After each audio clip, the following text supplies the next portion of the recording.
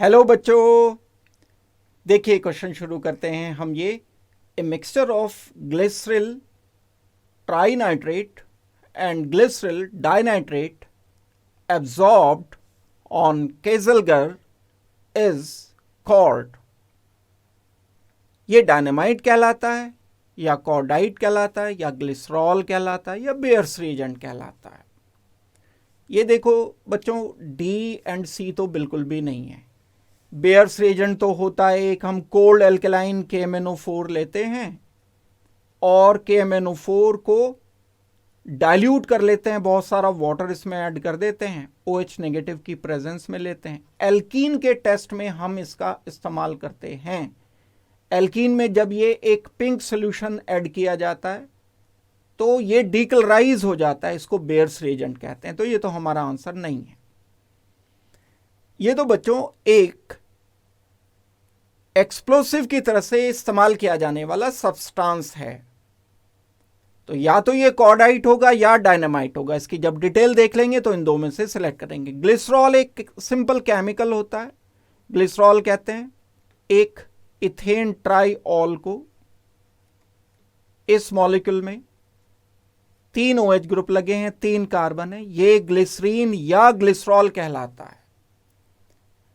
इस ग्लिसरॉल से ये ग्लिसरल ट्राइनाइट्रेट बनता है, ग्लिसरल डाइनाइट्रेट बनता है।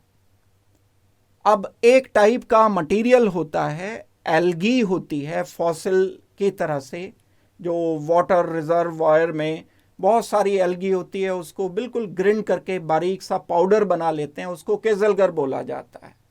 ये कई जगह मेडिसिन वगैरह की तरफ से भी इस्तेमाल होती है। लार्ज अमाउंट इसका होता है, उसमें हम ये try nitrate and dinitrate glycerol के एब्जॉर्ब कर लेते हैं और ये एब्जॉर्ब करने के बाद एक्सप्लोसिव की तरह से इस्तेमाल किया जाता है और वो एक्सप्लोसिव डायनामाइट कहलाता है।